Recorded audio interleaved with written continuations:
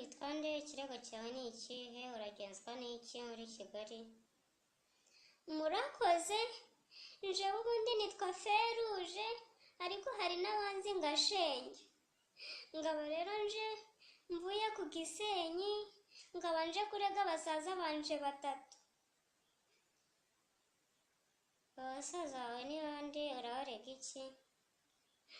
Basaza banje hari uwitwa Rutura, hari uwitwa Kadogatuni, hakaba n'uwitwa Kibonke Manyanga. Ese bagukoreye iki? Baje i Kigali, nje bansiga ku Gisenyi, barambwira ngo mfite ubwiza bukabije, ngo nje i Kigali ngo abasore baje barantwara, ngo rero ngo ningume ku Gisenyi, ngo hanyuma nirire ibirayi.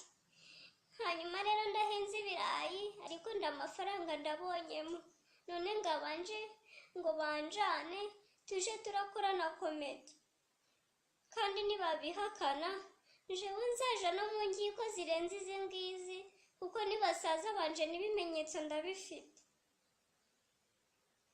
Okay, genda ikirego cyawe turakigaho kandi turazaguha igisubizo vuba.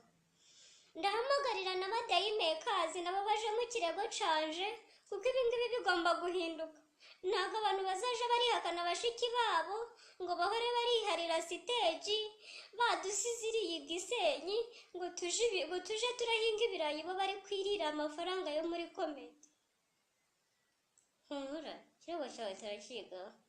Murakoze.